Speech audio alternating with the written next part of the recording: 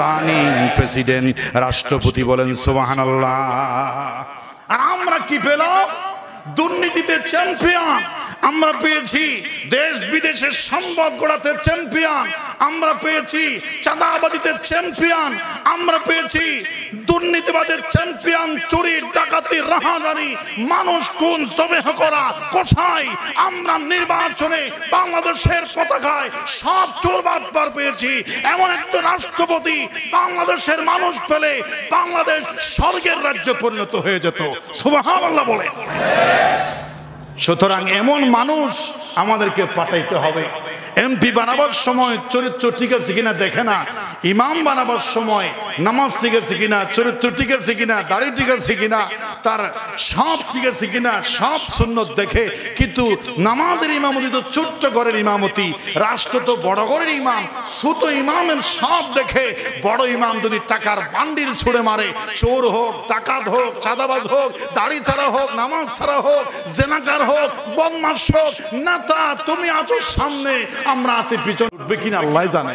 এমন মানুষ কি পাওয়া যাবে বলে মনে হয়? খুব কঠিন বিষয়।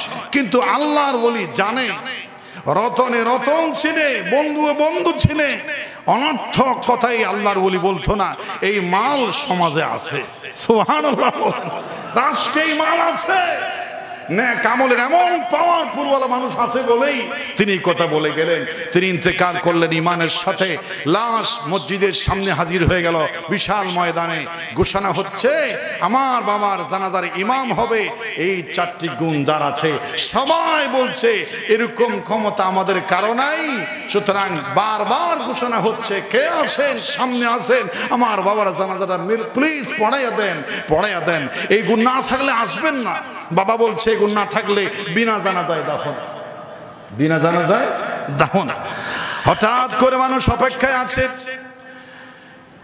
মুখের মধ্যে মাস্ক পরিধান করে, মুখের মধ্যে পর্দা দিয়া, মুখোশ পরিধান করে, পাগড়ি মাথায়, বিদ্যুৎ বেগে ঘোড়া দৌড়ায়া জানাজার নামাজে একজন যুবক শরীক হয়ে যায়। লক্ষ লক্ষ মানুষ জমা হয়ে যায়। লক্ষ মানুষের ভিড়ে হাত তুলে বলে, ও কুতুবউদ্দিন আইবেক বখতিয়ারের সন্তানেরা, এই গুণ আমার আছে, আমি নিজে প্রকাশ করতে চাইনি, নিজের আমলটা গোপন রেখেছিলাম। এখন দেখতেছি তোমার বাবার সাথে আমার বন্ধুত্ব আছে, তোমার বাবা আমার এই তোমার ক্ষতি করলো, আমার গোপন নেক আমল প্রকাশ করে দিল, তোমার বাবা জির বিনা জানাজায় দাফন হবে এটাও সহ্য করতে পারি না, আবার নিজের আমলটাও প্রকাশ করতে পারি না। এই জন্য একদিকে চুপটি মেরে বসেছিলাম, নিজের আমলটা জাহির করতে চায় না। কিন্তু তোমার বাবা মৃত্যুবরণ করার সময় আমার গোপন আমলটা জাতির সামনে পেশ করে দিয়েছে। সুবহানাল্লাহ। আমি সেই ব্যক্তি যারা ওয়াক্ত তাহাজ্জুদ কাজা হয় নাই, তাকবীরুল উলা আমার জীবনে জামাত ছাড়া হয় নাই, পরনারে প্রতি আমার চোখ যায় নাই, আসরের নামাজের সুন্নত আমার জীবনে লাইফে কাজা হয় নাই, আমি সেই ব্যক্তি। সুতরাং সবাই কাতার বন্দী হয়ে যান, এখনই কুতুবউদ্দিন বখতিয়ার খিলজির খালকির জানাজার নামাজ অনুষ্ঠিত হয়ে যাবে। সুবহানাল্লাহ। সবাই একেবারে নিস্তব্ধ নীরবতা। জানাজার নামাজ পড়ার আগে মুখটা তিনি বন্ধ করেছিলেন, বলছেন আপনার মুখ চেহারা খোলেন। এরকম মানুষ কোথায় পাবো? আপনার একটু দোয়া নিই, একটু মুসাফা করি, একটু কদমবুসি করি। আপনি জীবন্ত আল্লাহর ওলি, এমন মানুষ গোপনে আপনি কিভাবে থাকবেন? আমরা আপনার দোয়া নিতে চাই, আপনার পরিচয় পেতে চাই। আপনি কেমন আনতাম, আপনি কে আমাদের পরিচয় দিন। তিনি বলছেন আমি হলাম এই মুঘল সম্রাটের বর্তমান রানিং প্রেসিডেন্ট রাষ্ট্রপতি বলেন সুবহানাল্লাহ। আর আমরা কি পেলাম? দুর্নীতিতে চ্যাম্পিয়ন আমরা পেয়েছি, দেশ বিদেশের সম্পদ গড়াতে চ্যাম্পিয়ন আমরা পেয়েছি, চাঁদাবাজিতে চ্যাম্পিয়ন আমরা পেয়েছি, দুর্নীতিবাদের চ্যাম্পিয়ন, চুরি ডাকাতি রাহাজানি মানুষ খুন জবেহ করা কোথায় আমরা নির্বাচনে বাংলাদেশের পতাকায় সব চোরবাদ পার পেয়েছি। এমন একটা রাষ্ট্রপতি বাংলাদেশের মানুষ পেলে বাংলাদেশ স্বর্গের রাজ্যে পরিণত হয়ে যেত। সুবহানাল্লাহ বলে। সুতরাং এমন মানুষ আমাদেরকে পাঠাইতে হবে। এমপি বানাবার সময় চরিত্র ঠিক আছে কিনা দেখে না, ইমাম বানাবার সময় নামাজ ঠিক আছে কিনা, চরিত্র ঠিক আছে কিনা, দাড়ি ঠিক আছে কিনা, তার সব ঠিক আছে কিনা, সব সুন্নত দেখে। কিন্তু নামাজের ইমামতি তো ছোট্ট ঘরের ইমামতি, রাষ্ট্র তো বড় ঘরের ইমাম, ছোট ইমামের সব দেখে বড় ইমাম যদি টাকার বান্ডিল ছুড়ে মারে, চোর হোক, ডাকাত হোক, চাঁদাবাজ হোক, দাড়ি ছাড়া হোক, নামাজ ছাড়া হোক, জেনাকার হোক, বদমাশ হোক, নেতা তুমি আছো সামনে, আমরা আছি পিছনে, সবগুলোর পিঠে তাল মারতে হবে। কবরে গেলে আযাবের ব্যবস্থা আছে। বলে নাউজুবিল্লাহ। জানাজা নিয়মিত হয়ে গেলে এটার নাম হচ্ছে নেক আমল। সে কেমনে হাসছে? ইচ্ছা থাকলে উপায় হয়, ইচ্ছা থাকলে কি উপায় হয়। মানুষের হায়াতের কোনো বিশ্বাস নাই, মৃত্যুর কখন পরোয়ানা আসে এখনই প্রস্তুত নিতে হবে। সর্বোচ্চ নেক আমল করার জন্য চেষ্টা থাকতে হবে। বলেন ইনশাআল্লাহ। মানুষের হায়াতের কোনো বিশ্বাস আছে? আপনারা জানেন সেটা। নোয়াখালী থেকে গিয়েছিল সপরিবারে ওমান প্রবাসীকে আনার জন্য।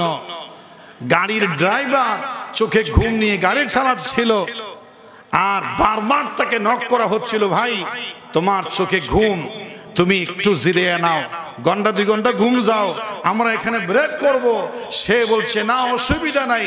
চোখে ঘুম নিয়ে গাড়ি চালিয়ে সেই গাড়িকে একেবারে বিশাল খাদে ফেলে দিয়ে গাড়িটা একেবারে পানির ভিতর প্রবেশ করে এক পরিবারের 7 জন মারা গেল। ইন্না লিল্লাহি ওয়া ইন্না ইলাইহি রাজিউন। সেখানে শিশু আছে, নানি আছে, মা আছে। আপনারাও শুনেছেন, আপনারাও দেখেছেন। সন্তানকে বের করতে পারছে না বলে মা বের হয় না, আর মা বের হয় না বলে নানিও বের হয় না। বলছে মারা গেলে আমার কলিজার টুকরোর সাথে আমিও যাব। নানি বলছে আমার নাতি মারা গেলে, আমার জি মারা গেলে আমি দুনিয়ায় কিভাবে বেঁচে থাকবো, আমি মারা যাব।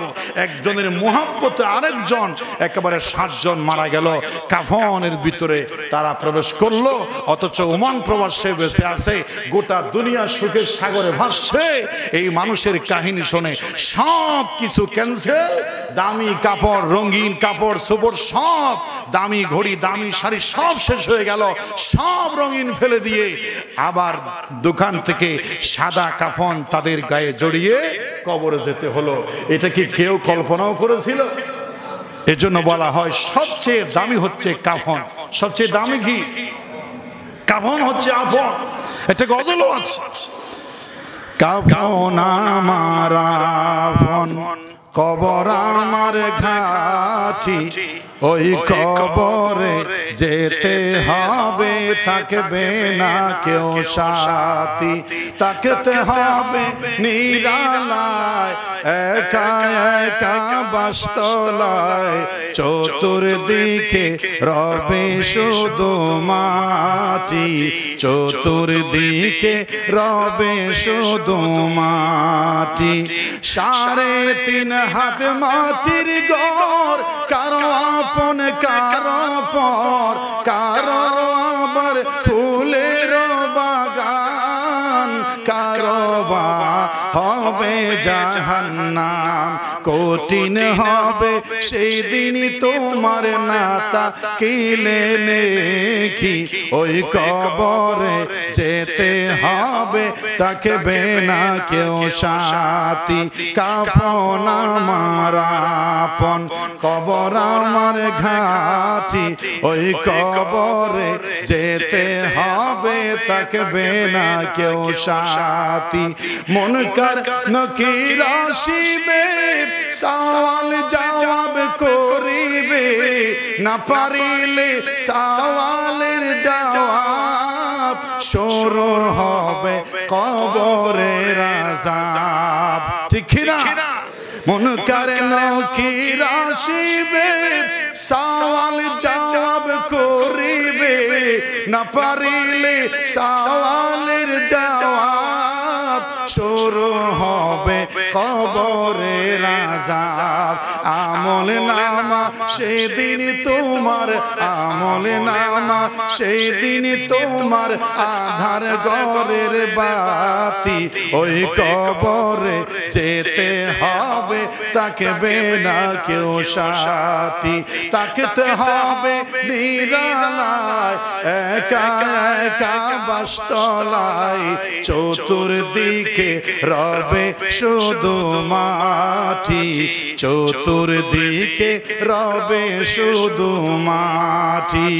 আল্লাহ এই কবরকে আমাদের জন্য আমল উসিলায় জান্নাতের বাগান বানাইয়ে দিও, বলেন আমিন। মিনহা খলাকনাকুম ওয়া ফিহা নুঈদুকুম ওয়া মিনহা নুখরিজুকুম তারাতান উখরা।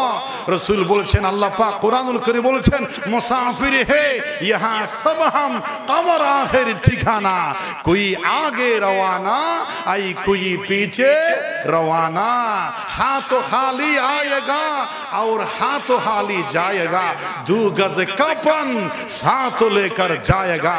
मृत्यु शेष मोबाइल गाड़ी बाड़ी बউ স্ত্রী ব্যবসা বাণিজ্য সব ক্যান্সেল, সব ছেড়ে দিয়ে কাফন পরিধান করে আমল নামাকে সঙ্গী করে যেই কবরে থাকতে হবে কিয়ামত পর্যন্ত, সেই কবরের চিন্তা আমাদের মাথায় ঢুকিয়ে দাও, বলেন আমিন। ওয়াখির দাওয়ানা আলহামদুলিল্লাহি রাব্বিল আলামিন। একটা মিনিট একটা ঘোষণা আছে। বিকামালিহি কাশাফাদ দুজা বিজামালিহি হাসনাত জামিউ খিসালিহি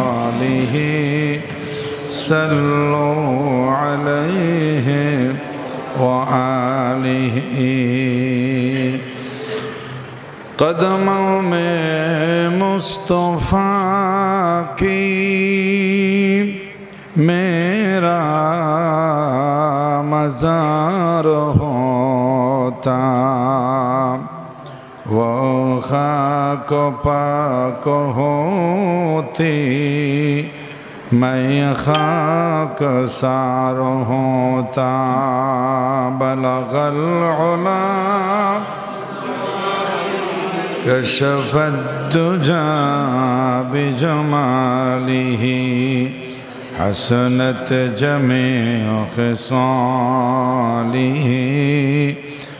صلو علیہ وآلہ لا إله إلا الله لا إله إلا الله لا إله إلا الله لا إله إلا الله لا إله إلا الله لا إله إلا الله محمد رسول الله صلى الله عليه وسلم। আলহামদুলিল্লাহ, সবাই বলি আলহামদুলিল্লাহ। আল্লাহর অশেষ মেহরবানি, আল্লাহর দেওয়া নির্দিষ্ট হায়াত, বাজেটকৃত হায়াত এখনো শেষ হয় নাই। এখন আমরা দুনিয়ার মধ্যে আর কিছু সময় আমরা পেয়েছি, এই পর্যন্ত আছি বলি আলহামদুলিল্লাহ। পিছনেরটা জানি কত বছর বেঁচেছি, কত সপ্তাহ, কত মাস, সামনেরটা আমাদের জানা। পিছনের আমাদের পরিষ্কার, কিন্তু সামনেরটা জানি না আমরা কত সপ্তাহ, কত মাস, কত বছর। আল্লাহ পাক যে এই পর্যন্ত আমাদেরকে সুস্থ রেখেছেন, শারীরিকভাবে মানসিকভাবে, অ্যাক্সিডেন্ট থেকে, দুর্ঘটনা থেকে আল্লাহ পাক যে আমাদেরকে হেফাজত করেছেন বলি আলহামদুলিল্লাহ। আজকেও নতুন ব্রিজ পার হওয়ার সময় হতে পারত এক দুর্ঘটনা।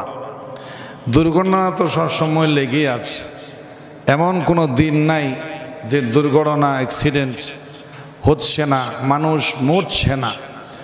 মানুষ মরে যাচ্ছে, প্রতিদিন চলে যাচ্ছে জীবন্ত মানুষ, সুস্থ মানুষ। বয়সের প্রয়োজন নাই, দাড়ি চুল পাকা, বিয়ে শাদি, বিয়েলা করা, কোনো কিছুর সাথে মৃত্যুর কোনো সম্পর্ক। There is no serial of death, মৃত্যুর কোনো সিরিয়াল নাই। আসার সিরিয়াল আছে, কিন্তু যাওয়ার কোনো সিরিয়াল নাই। এটাই জীবন, এটাই বাস্তবতা। নতুন ব্রিজ পার হওয়ার সময় আমি পার হচ্ছিলাম, যেটা টুল, যেটা টাকা তুলে, তো মোটর সাইকেল থেকে তো টাকা নেয় না, তো সেজন্য আমি সিএনজির পিছনে আমার মোটর সাইকেলটা আমি সিরিয়াল দিয়েছি। তো সিএনজি যাওয়ার সাথে সাথে ও যে একটা লাঠি এটা ফেলে দেয়, বেচারা খেয়াল করে নাই, ওটা ফেলে দিয়েছে। তার পিছনে যে আমি একটা মোটর সাইকেল আছি, সে কি করে নাই, খেয়াল করে নাই, একেবারে ডাইরেক্ট আমার সামনে পড়েছে। আমার সামনে পড়েছে, আমার মনে হয় আমি রাস্তা দিয়ে বের হওয়ার সময় মন দিল স্থির করে, অ্যাক্সিডেন্ট মুসিবত এটা দেখতেছি, প্রতিদিন দেখছি, এজন্য আমি মন দিল স্থির করে শান্ত ভাষায় পড়েছি, বিসমিল্লাহি তাওয়াক্কালতু আলাল্লাহ ফি আমানিল্লাহ।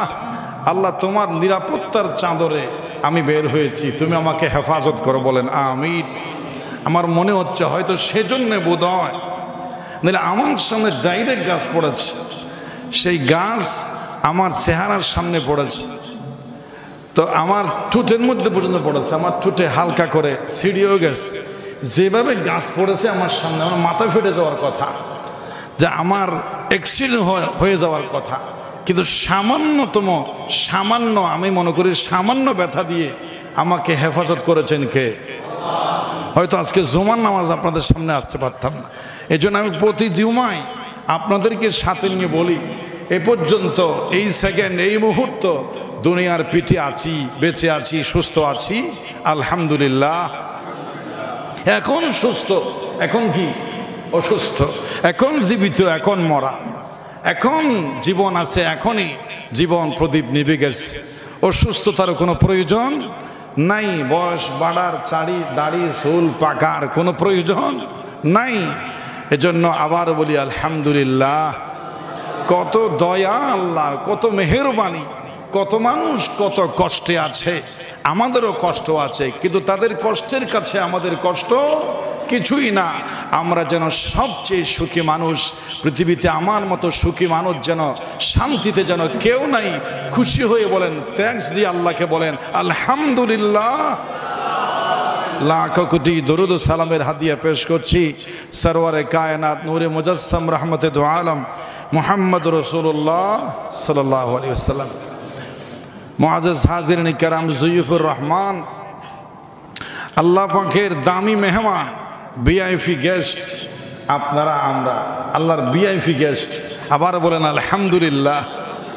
ঠিক খুশি লাগে, মনে শান্তি লাগে। আল্লাহ দাওয়াত দিয়েছেন, কিছু মানুষ আল্লাহর দাওয়াতে পিছনে আসে। আরে আল্লাহর দাওয়াতে আগে আসতে হবে। দাওয়াত দিয়েছেন কে? ডেকেছেন কে?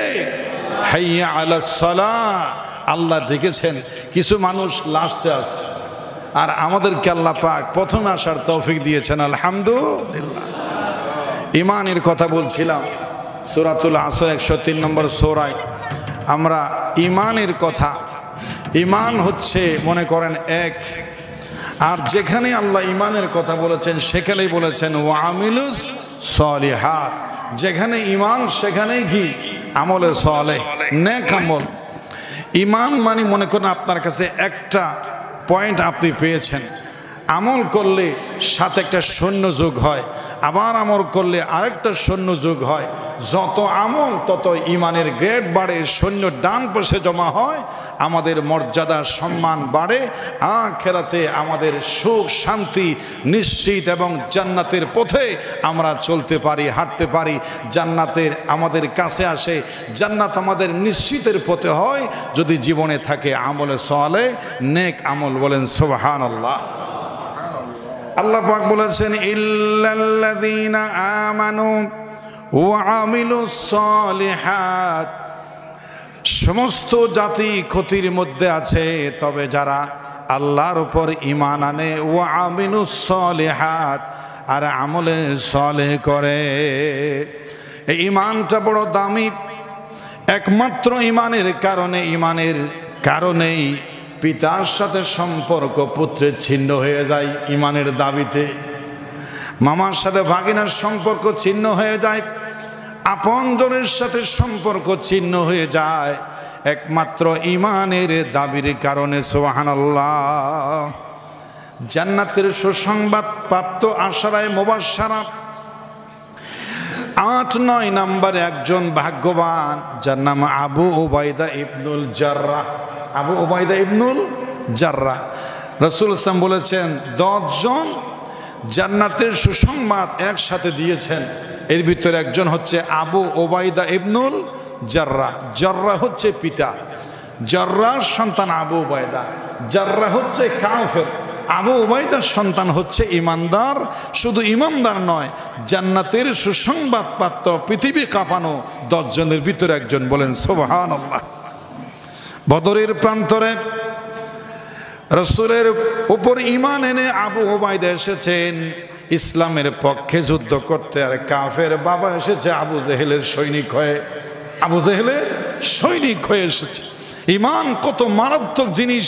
ঈমানের কাছে মা বাবা ধন সম্পদ পৃথিবীর সুখ শান্তি কিছুই নাই, একমাত্র সবচেয়ে দামি সম্পদের নাম হলো ঈমান। আর ঈমানের শ্রেষ্ঠ প্রথম কালিমার প্রবেশের দরজা হচ্ছে লা ইলাহা ইল্লাল্লাহু মুহাম্মাদুর রাসূলুল্লাহ। সবাই বলেন সাল্লাল্লাহু আলাইহি ওয়াসাল্লাম। একবার যদি কেউ সাল্লাল্লাহু আলাইহি ওয়াসাল্লাম পড়ে, সঙ্গে সঙ্গে 10টা রহমত পায়, 10টা গুনাহ মাফ হয়, 10টা সওয়াব পায়, 10 স্তর মর্যাদা তার আল্লাহর কাছে বেড়ে যায়। সুবহানাল্লাহ। জবানের এতই সুযোগ সুবর্ণ, কেউ যদি বলে সুবহানাল্লাহ, পৃথিবী ভর্তি সওয়াব পাওয়া যায়। আবার বলেন সুবহানাল্লাহ। ঈমানের কালিমা পড়ে হযরত আবু উবাইদা এসেছেন মুসলমান, রসুলের সৈনিক হয়ে, আর কাফের এসেছে জাররাহ। সন্তানের সাথে পিতার ডাইরেক্ট দেখা দেখি হয়ে গেল বদরের প্রান্তরে। কোন প্রান্তরে? বদরের প্রান্তরে দেখা হয়ে গেল। বলছে সন্তান হাজার হলো, পিতা তো সাইড অন্যদিকে চলে গেছে, যে আমার পিতা তো, পিতার সঙ্গে তো আমি যুদ্ধ করতে পারি না। ভদ্রতা বলতে একটা কথা আছে, পিতা বলতে একটা কথা আছে।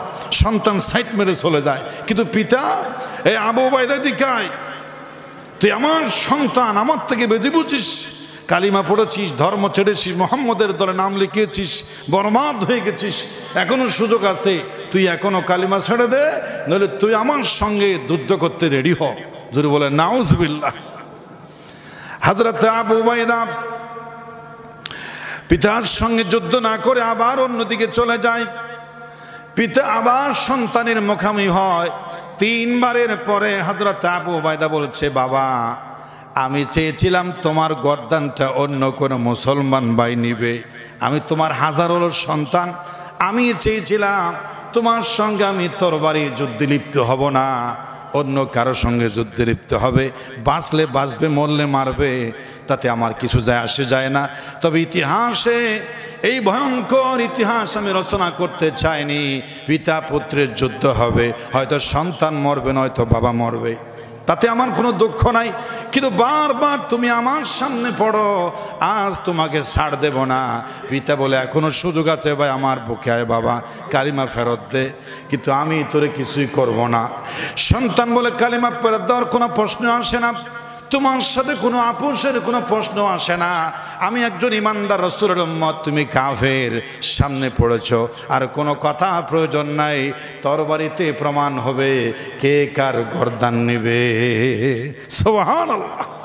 শুরু হয়ে গেল বাপ বেটার লড়াই, একমাত্র কিসের কারণে? লা ইলাহা ইল্লাল্লাহু মুহাম্মাদুর রাসূলুল্লাহ সাল্লাল্লাহু আলাইহি সাল্লাম। সন্তান বলছে আঘাত করো, বাবা বলছে তুই আগে হামলা কর। সন্তান বলছে মুসলমান কোন কাফের উপরে আগে আঘাত করে না, রাসূল সেটা শেখায় নাই, তুমি আঘাত করো, আমি প্রতিহত করব। বাবা আঘাত করা শুরু করলো। সন্তান সমস্ত শক্তি দিয়ে, রণকৌশল দিয়া পিতার সমস্ত আঘাতগুলো সে হযরত আবু উবাইদা প্রতিহত করতে লাগলো। এক পর্যায়ে সন্তান বলছে বাবা এখন আমার আঘাত শুরু হবে, তুমি রেডি হও। আঘাত শুরু করলে 2-4 মিনিটের ভিতরে হযরত আবু উবাইদা রাদিয়াল্লাহু তাআলা পৃথিবীর শ্রেষ্ঠ সাহাবী নিজের বাবার গর্দানটা দ্বিখণ্ডিত করে বদরের মাটিতে ফেলে রেখে দিয়েছে। বলেন সুবহানাল্লাহ। সন্তানের হাতে পিতা খুন হয়ে গেল। খবর ছড়িয়ে পড়ল রাসূলের কাছে, হুজুর বড় একটা ঘটনা ঘটে গেছে। নিজের সন্তান আপনার প্রেমে, আল্লাহর প্রেমে দিওয়ানা হয়ে নিজের ঔরতজাত পিতা সন্তানের মস্তক দ্বিখণ্ডিত করে বদরের প্রান্তরে ফেলে রেখেছে। তার নাম হযরতে আবু উবাইদা। জোরে বলেন সুবহানাল্লাহ। রাসূল খুশি হয়ে গেলেন। ও রাসূল, ও সাহাবী আবু উবাইদা, তুমি ঈমানের যে কঠিন দাবি পূরণ করেছো, ইতিহাসের পাতায় তোমার নাম ভিন্ন আঙ্গিকে লেখা হবে। তুমি এমন এক দামি সাহাবী যে আল্লাহ রাসূলের মুহাব্বতের সামনে, ঈমানের সামনে গর্বিত গর্বজাত পিতার কোনো দাম নাই। তুমি তা প্রমাণ করে দিয়েছো। সুবহানাল্লাহ। তুমি জান্নাতি। ঈমানের কারণে হযরত ওমর ইবনুল খাত্তাব রাদিয়াল্লাহু তাআলা বদরের প্রান্তরে নিজের বাবা, নিজের মামা আসলো। মামা কাকে বলে আপনারা জানেন? বড় আদরের জায়গা, ভাগ্নি বড় স্নেহের জায়গা। হযরত ওমর বাগিনা, নিজের মায়ের ভাই মামা আসছে বদরের প্রান্তরে। মামা আর ভাগিনার লড়াই শুরু হয়ে গেল। বাগিনা হলো হযরত ওমর, মামা হলো আবু জেহেলের সৈনিক কাফের। এদিকে ভাগিনা, ওদিকে কি? দেখে মামা নয়, নামে মামা নয়, ডাইরেক্ট মামা। বদরের প্রান্তরে সন্তান এবং পিতার লড়াই চলছে।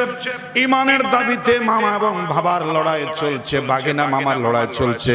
হযরত ওমর বলছে, মামা তুমি আমাকে ভালো করে চেনো, আমার থেকে তোমার আজ রক্ষা নাই। কালিমা পড়ো, দাওয়াত দিলাম, নইলে তরবারি প্রমাণ হবে।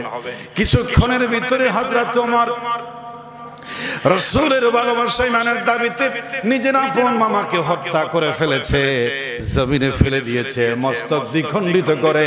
হযরত ওমর প্রমাণ করলেন ঈমানের কাছে মামা কিছুই না, ঈমানের দাম বেশি। বলেন সুবহানাল্লাহ। মুস্তারজুর দেখতেন না, ঈমানের কাছে মামা মাগিনার কোনো মূল্য নাই। রাসূল করিম সাল্লাল্লাহু আলাইহি ওয়াসাল্লাম বলেছেন, ঈমান এমন একটা দামি জিনিস, যেখানে আল্লাহ ঈমানের কথা বলেছেন সেখানেই আমলে সালেহের কথা বলেছেন। কিন্তু এমন কিছু ভাগ্যবান মানুষ আছে, ঈমান আনয়ন করার পরে আমলে সালেহ করার সুযোগ পায় নাই। সারা জীবন গুনাহ করে ঈমানের কালিমা পড়ে আল্লাহর জান্নাতের মেহমান হয়ে গেছে। সুবহানাল্লাহ। ঈমানের কারণে আল্লাহ পাক রব্বুল আলামিন বলেছেন, ইন্নাল্লাযীনা আমানু ওয়া আমিলুস সালিহাতি লাহুম জান্নাতুন তাজরি মিন তাহতিহাল আনহার যালিকাল ফাওজুল কবীর। নিশ্চয় যারা ঈমান আনে ও আমিলুস সালিহাত, আর সাথে সাথে আমলে সালেহ করে, লাহুম জান্নাতুন, তাদের জন্য এমন জান্নাত আছে, তাজরি মিন তাহতিহাল আনহার, যেই জান্নাতের তলদেশে মধুর ঝর্ণা সমূহ প্রবাহিত আছে। সুবহানাল্লাহ। যালিকা ফাওজুল কবীর, এটাই হচ্ছে চূড়ান্ত সফলতা। দুনিয়ার মধ্যে কোন মানুষ যদি দুনিয়ার সম্পদ অর্জন করতে পারলো, দুনিয়ার স্বপ্ন পূরণ হলো, কিন্তু আমলে সালেহ নিয়ে কবর দিতে পারলো না, সে প্রকৃত সফল কাম নয়। দুনিয়ার মধ্যে দুনিয়ার স্বপ্ন পূরণ করতে পারে নাই, কিন্তু নামাজ ঠিক আছে, বাড়ি গাড়ি করতে পারে না, নামাজ ঠিক আছে, ঈমান ঠিক আছে, আমলে সালেহ ঠিক আছে, বয়স হয় নাই, বিবাহ শাদী করতে পারে নাই, প্রাপ্ত বয়স থেকে আমলে সালেহ আছে, যালিকাল ফাওজুল কবীর, এটাই হচ্ছে চূড়ান্ত সফলতা। জোরে বলেন সুবহানাল্লাহ। এবার আমলে সালেহের কথা, এই যে বলেছিলাম ঈমান, এক রাখাল সে যুদ্ধ চলছে, রাসূলের তাবুতে প্রবেশ করলো। সাহাবীরা থেকে জিজ্ঞেস করলে মুজাহিদ থেকে, তোমাদের একজন বলে শ্রেষ্ঠ নবী রাহমাতুল্লাহ আলামিন, তিনি যুদ্ধে সরাসরি শরীক হয়েছেন, মহামানব, আমি তার সঙ্গে একটু দেখা করতে চাই। তার অনেক কথা শুনেছি। বিন্দেশিয়ায় রাখালে সে রাসূলের খোঁজ করে, রাসূলের তাবু সাহাবায়ে কেরাম দেখাই দিলেন, এখানে রাহমাতুল্লাহ আলামিন আরাম করতেছেন। সুবহানাল্লাহ। অনুমতি নিয়ে রাসূলের সামনে দাঁড়িয়ে গেল রাখাল সাহাবী কাফের অমুসলিম মূর্তি পূজক, সারা জীবন গুনাহ করেছে, ঈমান নাই, আমল নাই। জীবনের শেষ প্রান্তে এসে রাসূলের কাছে সে সালাম দিলেন। রাসূলের চেহারা দেখে কিছুক্ষণ কথাবার্তা শুনে মন গলে গেল, নিজের খুশিতেই বলল যে আমি আপনাকে খুঁজছি, আপনার কথাবার্তা, চাহনি, আশা, ব্যবহার দেখে আমার সন্দেহ নাই, নিঃসন্দেহে আপনি আল্লাহর পয়গম্বর, আমাকে পড়ায় দিন লা ইলাহা ইল্লাল্লাহু মুহাম্মাদুর রাসূলুল্লাহ সাল্লাল্লাহু আলাইহি ওয়াসাল্লাম। ঈমান এনেছে, এখন ঈমানের দৌলত গ্রহণ করে বলছে, আল্লাহ বলেছেন ইন্নাল্লাযীনা আমানু ওয়া আমিলুস সলিহাত। ঈমান আনলে হবে না, আমলে সালেহ করতে হবে। এখন আমি কি আমলে সালেহ করতে পারি আমাকে বলেন, আমি কি আমলে সালেহে যোগদান করব? রাসূল বলছে এখনো জোহর রক্ত হয় নাই, তুমি নামাজ পড়বা। এখন তো রমজান মাস নয়, তুমি রোজার নিয়ত করবা। তোমার তো সম্পদ নাই যে তুমি যাকাত দান করবা। রমজান মাস জিলহজ নয়, তুমি হজ করবা। এই মুহূর্তে কোনো আমল নাই, তবে একটা আমল আছে। সে আমলটা হলো আমার সাহাবীরা দ্বীন সংগ্রামের জন্য জিহাদ করতেছে। তুমি চাইলে জিহাদে অংশগ্রহণ করে আমলে সালেহ করার জন্য অংশগ্রহণ করতে পারো। সুবহানাল্লাহ। রাসূলুল্লাহ সেই সাহাবী কালিমা পড়ে রাখাও সঙ্গে সঙ্গে বলছে, হুজুর আপনি বলেছেন নেক আমল এই মুহূর্তে একটাই হাজির পাওয়া যায়, যে কাফেরদের সঙ্গে লড়াই। আমি চলে যাচ্ছি, আমার জন্য দোয়া করবেন, হয়তো গাজী হয়ে ফিরবো, দুই আল্লাহর জান্নাতে প্রবেশ করে যাব। সুবহানাল্লাহ। কাফেরের সঙ্গে সংগ্রাম লিপ্ত হয়ে গেল এই মাত্র কালিমা পড়ে। যুদ্ধ শেষে সেই বালক সাহাবীকে কেউ চিনে না, সে শহীদ হয়ে গেছে। যুদ্ধ করতে করতে একটু আগে কালিমা পড়ে 10 মিনিট আধা ঘন্টার ভিতরে সেই যুদ্ধ করতে করতে করতে আল্লাহর জান্নাতের মেহমান হয়ে গেছে। সুবহানাল্লাহ। কিন্তু যুদ্ধ শেষে যখন সাহাবায়ে কেরাম মুসলমান এবং কাফেরের সৈন্যগুলো আলাদা করছিল, সেই বালকের সামনে সাহাবায়ে কেরাম গোল দিয়ে বসলো। কেউ বলছে কাফের, কুত্তার মতো ওদিকে ফেলে দাও। কেউ বলছে চেহারা নুরানি, মুসলমান হতে পারে, একে সসম্মানে কবর দিতে হবে, রাসূলুল্লাহর সামনে নিতে হবে। সিদ্ধান্ত নিতে পারছে না, কারণ রাসূল ছাড়া এই সাহাবীকে কেউ চিনে না। এই মুহূর্তে আসছে মুসাফির। রাসূল সাহাবায়ে কেরামের গুল দেখে সামনে গেলেন, রাসূলের কাছে জিজ্ঞেস করলেন যে হুজুর একটা লোককে কেউ চিহ্নিত করতে পারছে না, সে কি কাফের নাকি মুসলমান নাকি জান্নাতি নাকি সাহাবী, আমরা তো চিনি না। রাসূল সামনে গিয়ে দেখলেন, বলছেন মুস্কি হেসে বলছে, আরে ও আমার সাহাবীরা, পৃথিবীতে এক বিস্ময়কর বালক তোমরা দেখতে পাচ্ছ। সুবহানাল্লাহ। কেমন বিস্ময়কর বালক?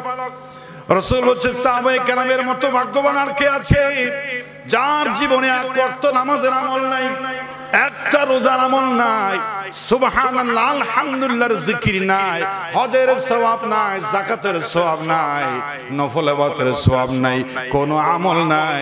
এই মুহূর্তে শুধু ঈমান এনেছে আর জিহাদে শরীক হয়ে একেবারে ঈমানের কারণে আল্লাহর জান্নাতের মেহমান হয়ে গেছে। সুবহানাল্লাহ। এর থেকে ভাগ্যবান আর কে আছে? একমাত্র ঈমানের কারণে। কিসের কারণে? লা ইলাহা ইল্লাল্লাহু মুহাম্মাদুর রাসূলুল্লাহ সাল্লাল্লাহু আলাইহি। একেবারে আমল ছোট থেকে ছোটটাও হিসাবে আসবে। আল্লাহ পাক বলেছেন ফামাইয়ামাল মিসকালা যাররাতিন খায়রান ইয়ারা ওয়া মাইয়ামাল মিসকালা যাররাতিন শাররান ইয়ারা। কোন মানুষ যদি যারা পরিমাণ আমল করে, আমরা অনেকে মনে করি ছোট্ট কাজ করলেই কি না করলেই কি, এটা দ্বারা কি ফায়দা হবে কি লস হবে এটা হিসাবে আসবে না।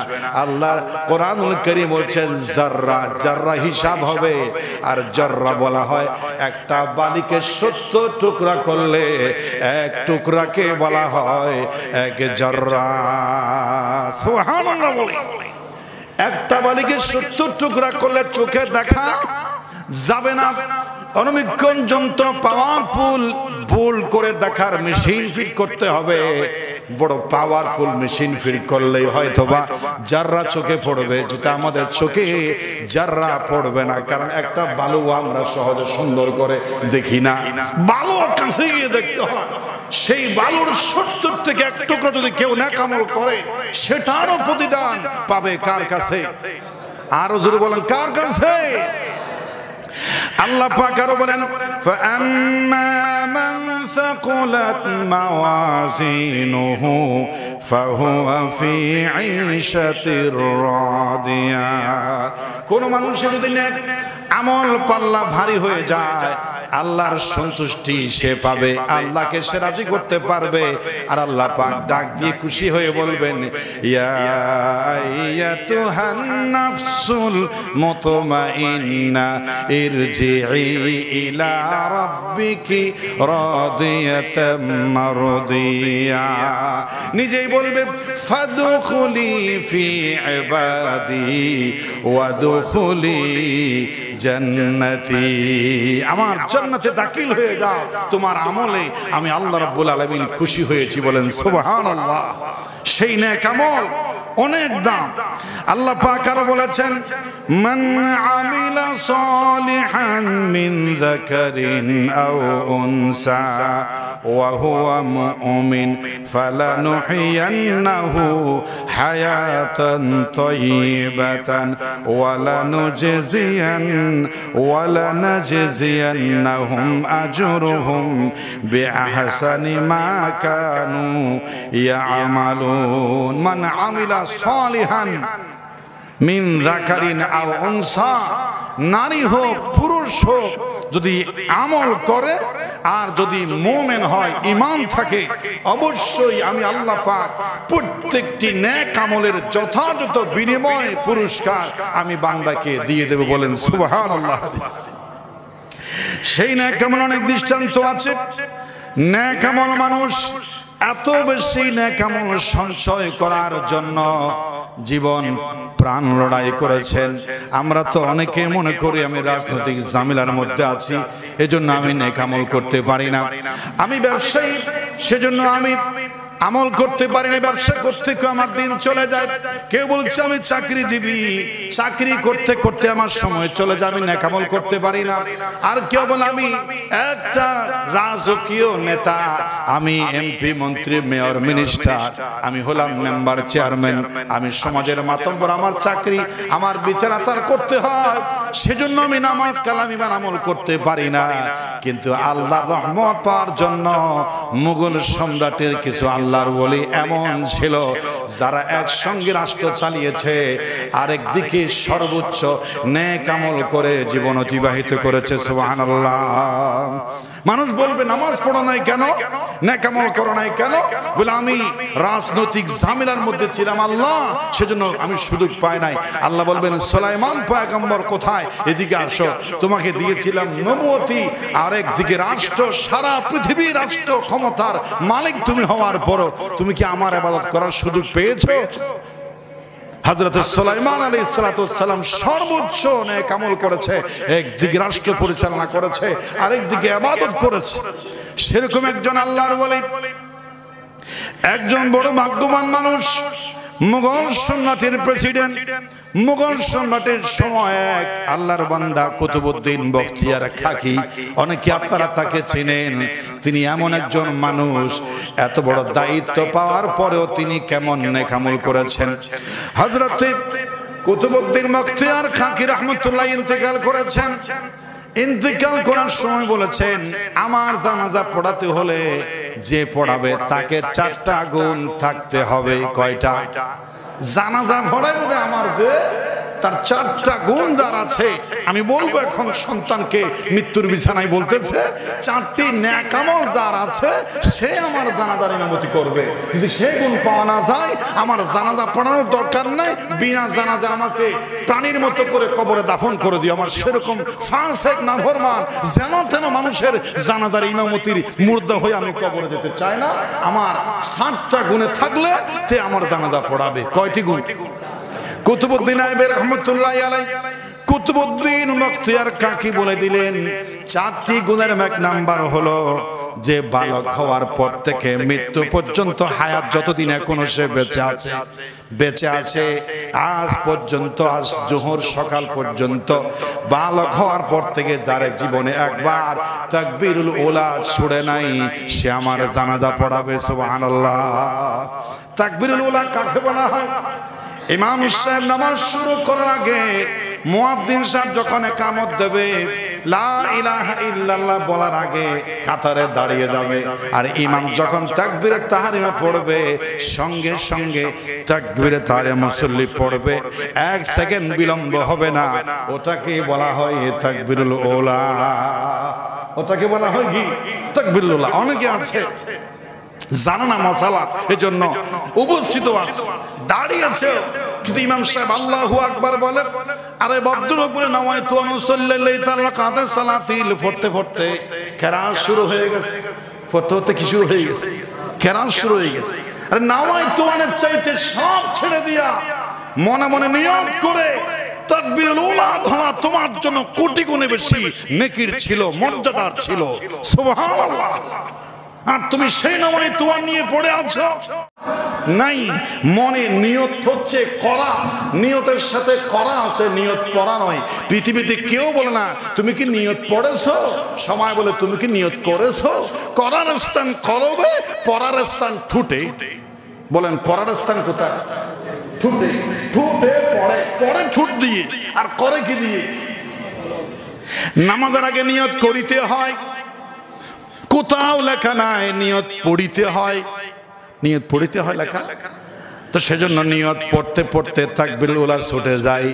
অথচ তাকবীরুল উলার খুব সম্মান। 40 দিন যদি কেউ তাকবীরুল উলা সহ মসজিদে নামাজে জামামতির সাথে নামাজ পড়ে, মৃত্যু পর্যন্ত তার নাম আল্লাহ মুনাফিকের লিস্টি থেকে কেটে দিবেন। সুবহানাল্লাহ। এবং তার জান্নাত সহজ হয়ে যাবে। অসংখ্য পুরস্কারের ব্যবস্থা আছে। তাকবীরুল উলা ধরবেন, নামাইতু আন পড়ার প্রয়োজন নাই। যদি এতই বেশি পড়তে চান, মুয়াজ্জিন যখন ইকামত করে তখন নামাইতু আন পড়ে রেডি থাকিবা, আর ইমাম সাহেব যখন তাকবীরুল উলা পড়বে সঙ্গে সঙ্গে আল্লাহু আকবার, আর দেরি নাই।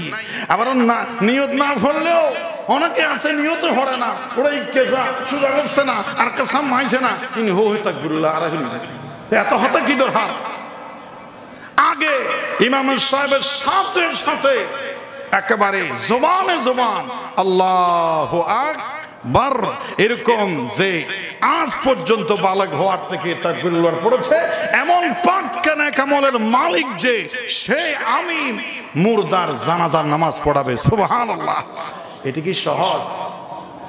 বালক হওয়ার পর থেকে আজ পর্যন্ত সন্তান বলছে বাবা 2 নম্বরে কি গুণ লাগবে? 2 নম্বরে বলছে আমার সন্তানেরা জানাজার ময়দানে বলবে যে নাকি বালক হওয়ার পর থেকে তাহাজ্জুদ নামাজ একদিনের জন্য কাজা হয় না, সে আমার জানাজা পড়াবে। এটা কি সহজ? তাহাজ্জুদের নামাজ একদিনও কাজা হয় না, এটা কি সহজ? 2 নম্বরে যে নাকি বালক হওয়ার পর থেকে বেগানা নারীর প্রতি কুদৃষ্টি দিয়ে তাকায় নাই, পর নারীর থেকে চক্ষু হেফাজত করেছে। 3 নম্বরে কোয়ালিটি। 4 নম্বরে হলো যার আসরের নামাজের যে আগে 4 রাকাত সুন্নতে মুআক্কাদা নয় জায়েদা আছে, 4 রাকাত আসরের নামাজের যে সুন্নত নফল আছে ওটাও জীবনে কোনোদিন কাজা হয় নাই, বাদ যায় নাই। এই 4টি গুণ যার আছে আমার ইমামতি জানাজার সে করতে পারবে। সুবহানাল্লাহ। সন্তান বলছে বাবা তোমার নসিবে জানাজা জুটবে কিনা আল্লাহ জানে। এমন মানুষ কি পাওয়া যাবে বলে মনে হয়? খুব কঠিন বিষয়, কিন্তু আল্লাহর ওলি জানে। রতনে রতন চিনে, বন্ধু বন্ধু চিনে। অনর্থক কথাই আল্লাহর ওলি বলতো না। এই মাল সমাজে আছে। সুবহানাল্লাহ। রাষ্ট্রে এই মাল আছে, নেক আমলের এমন পাওয়ারফুল ওয়ালা মানুষ আছে বলেই তিনি কথা বলে গেলেন। তিনি ইন্তেকাল করলেন ইমানের সাথে। লাশ মসজিদের সামনে হাজির হয়ে গেল, বিশাল ময়দানে ঘোষণা হচ্ছে আমার বাবার জানাজার ইমাম হবে এই 4টি গুণ যার আছে। সবাই বলছে এরকম ক্ষমতা আমাদের কারো নাই। সুতরাং বারবার ঘোষণা হচ্ছে কে আছেন সামনে আছেন, আমার বাবার জানাজাটা প্লিজ পড়াইয়া দেন। এই গুণ না থাকলে আসবেন না। বাবা বলছে এগুণ না থাকলে বিনা জানাজায় দাফন। হঠাৎ করে মানুষ অপেক্ষায় আছে, মুখের মধ্যে মাস্ক পরিধান করে, মুখের মধ্যে পর্দা দিয়া, মুখোশ পরিধান করে, পাগড়ি মাথায়, বিদ্যুৎ বেগে ঘোড়া দৌড়ায়া জানাজার নামাজে একজন যুবক শরীক হয়ে যায়। লক্ষ লক্ষ মানুষ জমা হয়ে যায়। লক্ষ মানুষের ভিড়ে হাত তুলে বলে, ও কুতুবউদ্দিন আইবেক বখতিয়ারের সন্তানেরা, এই গুণ আমার আছে। আমি নিজে প্রকাশ করতে চাইনি, নিজের আমলটা গোপন রেখেছিলাম। এখন দেখতেছি তোমার বাবার সাথে আমার বন্ধুত্ব আছে। তোমার বাবা আমার এই তো বড় ক্ষতি করলো, আমার গোপন নেক আমল প্রকাশ করে দিল। তোমার বাবা জির বিনা জানাজায় দাফন হবে এটাও সহ্য করতে পারি না, আবার নিজের আমলটাও প্রকাশ করতে পারি না। এজন্য একদিকে চুপটি মেরে বসেছিলাম, নিজের আমলটা জাহির করতে চায় না। কিন্তু তোমার বাবা মৃত্যুবরণ করার সময় আমার গোপন আমলটা জাতির সামনে পেশ করে দিয়েছে। সুবহানাল্লাহ। আমি সেই ব্যক্তি যারা ওয়াক্ত তাহাজ্জুদ কাজা হয় নাই, তাকবীরুল উলা আমার জীবনে জামাত ছাড়া হয় নাই, পরনারে প্রতি আমার চোখ যায় নাই, আসরের নামাজের সুন্নত আমার জীবনে লাইফে কাজা হয় নাই, আমি সেই ব্যক্তি। সুতরাং সবাই কাতার বন্দী হয়ে যান, এখনই কুতুবউদ্দিন বখতিয়ার খিলজির খালকির জানাজার নামাজ অনুষ্ঠিত হয়ে যাবে। সুবহানাল্লাহ। সবাই একেবারে নিস্তব্ধ নীরবতা। জানাজার নামাজ পড়ার আগে মুখটা তিনি বন্ধ করেছিলেন, বলছেন আপনার মুখ চেহারা খোলেন। এরকম মানুষ কোথায় পাবো? আপনার একটু দোয়া নিই, একটু মুসাফা করি, একটু কদমবুসি করি। আপনি জীবন্ত আল্লাহর ওলি, এমন মানুষ গোপনে আপনি কিভাবে থাকবেন? আমরা আপনার দোয়া নিতে চাই, আপনার পরিচয় পেতে চাই। আপনি কেমন আনতাম, আপনি কে আমাদের পরিচয় দিন। তিনি বলছেন আমি হলাম এই মুঘল সম্রাটের বর্তমান রানিং প্রেসিডেন্ট, রাষ্ট্রপতি। বলেন সুবহানাল্লাহ। আর আমরা কি পেলাম? দুর্নীতিতে চ্যাম্পিয়ন আমরা পেয়েছি, দেশ বিদেশের সম্পদ গড়াতে চ্যাম্পিয়ন আমরা পেয়েছি, চাঁদাবাজিতে চ্যাম্পিয়ন আমরা পেয়েছি, দুর্নীতিবাদের চ্যাম্পিয়ন, চুরি ডাকাতি রাহাজানি মানুষ খুন জবেহ করা কোথায় আমরা নির্বাচনে বাংলাদেশের পতাকায় সব চোরবাদ পার পেয়েছি। এমন একটা রাষ্ট্রপতি বাংলাদেশের মানুষ পেলে বাংলাদেশ স্বর্গের রাজ্যে পরিণত হয়ে যেত। সুবহানাল্লাহ বলে। সুতরাং এমন মানুষ আমাদেরকে পাঠাইতে হবে। এমপি বানাবার সময় চরিত্র ঠিক আছে কিনা দেখে না, ইমাম বানাবার সময় নামাজ ঠিক আছে কিনা, চরিত্র ঠিক আছে কিনা, দাড়ি ঠিক আছে কিনা, তার সব ঠিক আছে কিনা, সব সুন্নত দেখে। কিন্তু নামাজের ইমামতি তো ছোট্ট ঘরের ইমামতি, রাষ্ট্র তো বড় ঘরের ইমাম। ছোট ইমামের সব দেখে বড় ইমাম যদি টাকার বান্ডিল ছুঁড়ে মারে, চোর হোক, ডাকাত হোক, চাঁদাবাজ হোক, দাড়ি ছাড়া হোক, নামাজ ছাড়া হোক, জেনাকার হোক, বদমাশ হোক, নেতা তুমি আছো সামনে, আমরা আছি পিছনে, সবগুলোর পিঠে তাল মারতে হবে। কবরে গেলে আযাবের ব্যবস্থা আছে। বলে নাউজুবিল্লাহ। জানাজা নিয়মিত হয়ে গেলে এটার নাম হচ্ছে নেক আমল। সে কেমনে হাসছে? ইচ্ছা থাকলে উপায় হয়, ইচ্ছা থাকলে কি উপায় হয়। মানুষের হায়াতের কোনো বিশ্বাস নাই, মৃত্যুর কখন পরোয়ানা আসে এখনই প্রস্তুত নিতে হবে। সর্বোচ্চ নেক আমল করার জন্য চেষ্টা থাকতে হবে। বলেন ইনশাআল্লাহ। মানুষের হায়াতের কোনো বিশ্বাস আছে? আপনারা জানেন সেটা। নোয়াখালী থেকে গিয়েছিল সপরিবারে ওমান প্রবাসীকে আনার জন্য। গাড়ির ড্রাইভার চোখে ঘুম নিয়ে গাড়ি চালাচ্ছিল, আর বারবার তাকে নক করা হচ্ছিল, ভাই তোমার চোখে ঘুম, তুমি একটু জিরিয়ে নাও, ঘন্টা 2 ঘন্টা ঘুম যাও, আমরা এখানে ব্রেক করব। সে বলছে না অসুবিধা নাই। চোখে ঘুম নিয়ে গাড়ি চালিয়ে সেই গাড়িকে একেবারে বিশাল খাদে ফেলে দিয়ে গাড়িটা একেবারে পানির ভিতর প্রবেশ করে এক পরিবারের 7 জন মারা গেল। ইন্না লিল্লাহি ওয়া ইন্না ইলাইহি রাজিউন। সেখানে শিশু আছে, নানি আছে, মা আছে। আপনারাও শুনেছেন, আপনারাও দেখেছেন, সন্তানকে বের করতে পারছে না বলে মা বের হয় না, আর মা বের হয় না বলে নানিও বের হয় না। বলছে মারা গেলে আমার কলিজার টুকরোর সাথে আমিও যাব। নানি বলছে আমার নাতি মারা গেলে, আমার জি মারা গেলে আমি দুনিয়ায় কিভাবে বেঁচে থাকবো, আমি মারা যাব। একজনের মোহাব্বতে আরেকজন, একেবারে 7 জন মারা গেল। কাফনের ভিতরে তারা প্রবেশ করলো, অথচ ওমান প্রবাসে বেঁচে আছে। গোটা দুনিয়া সুখের সাগরে ভাসছে। এই মানুষের কাহিনী শুনে সব কিছু ক্যান্সেল। দামি কাপড়, রঙিন কাপড় চোপড়, সব দামি ঘড়ি, দামি শাড়ি সব শেষ হয়ে গেল। সব রঙিন ফেলে দিয়ে আবার দোকান থেকে সাদা কাফন তাদের গায়ে জড়িয়ে কবরে যেতে হলো। এটা কি কেউ কল্পনাও করেছিল? এজন্য বলা হয় সবচেয়ে দামি হচ্ছে কাফন। সবচেয়ে দামি কি? কাফন হচ্ছে আপন। এটা গজলও আছে। কাফন আমার আপন, কবর আমার ঘাটি, ওই কবরে যেতে হবে, থাকবে না কেউ সাথী। থাকতে হবে নিরালায়, একা একা বাসতলায়, চতুর্দিকে রবে শুধু মাটি, চতুর্দিকে রবে শুধু মাটি। 3.5 হাত মাটির ঘর, কারো আপন কারো পর, কারো আবার ফুলের বাগান, কারো বা হবে জাহান্নাম। কঠিন হবে সেই দিন তোমার নাতা কিলে নেকি, ওই কবরে যেতে হবে, থাকবে না কেউ সাথী। কাফন আমার আপন, কবর আমার ঘাটি, ওই কবরে যেতে হবে, থাকবে না কেউ সাথী।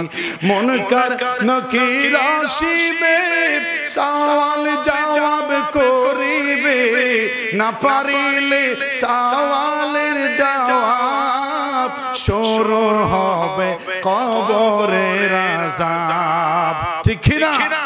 মুনকার নাকির আসিবে, সওয়াল জবাব করিবে, না পারিলে সওয়ালের জবাব শুরু হবে কবরের আযাব। আমল নামা সেদিন তোমার, আমল নামা সেদিন তোমার, আধার ঘরের বাতি, ওই কবরে যেতে হবে, থাকবে না কেউ সাথী। থাকতে হবে নিরালায়, একা একা বাসতলায়, চতুর্দিকে রবে শুধু মাটি, চতুর্দিকে রবে শুধু মাটি। আল্লাহ এই কবরকে আমাদের জন্য আমল উসিলায় জান্নাতের বাগান বানাইয়ে দিয়ে বলেন আমিন। মিনহা খলাকনাকুম ওয়া ফিহা নুঈদুকুম ওয়া মিনহা নুখরিজুকুম তারাতান উখরা।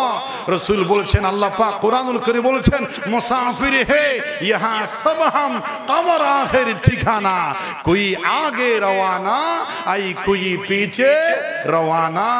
হাত খালি আয়েগা और हाथ हाली जाएगा, 2 गज कफन साथ लेकर जाएगा। मृत्यु शेष, मोबाइल, গাড়ি বাড়ি, বউ স্ত্রী, ব্যবসা বাণিজ্য সব ক্যান্সেল, সব ছেড়ে দিয়ে কাফন পরিধান করে আমল নামাকে সঙ্গী করে যেই কবরে থাকতে হবে কিয়ামত পর্যন্ত, সেই কবরের চিন্তা আমাদের মাথায় ঢুকিয়ে দাও। বলেন আমিন। ওয়া আখির দাওয়ানা আলহামদুলিল্লাহি রাব্বিল আলামিন। একটা মিনিট, একটা ঘোষণা আছে।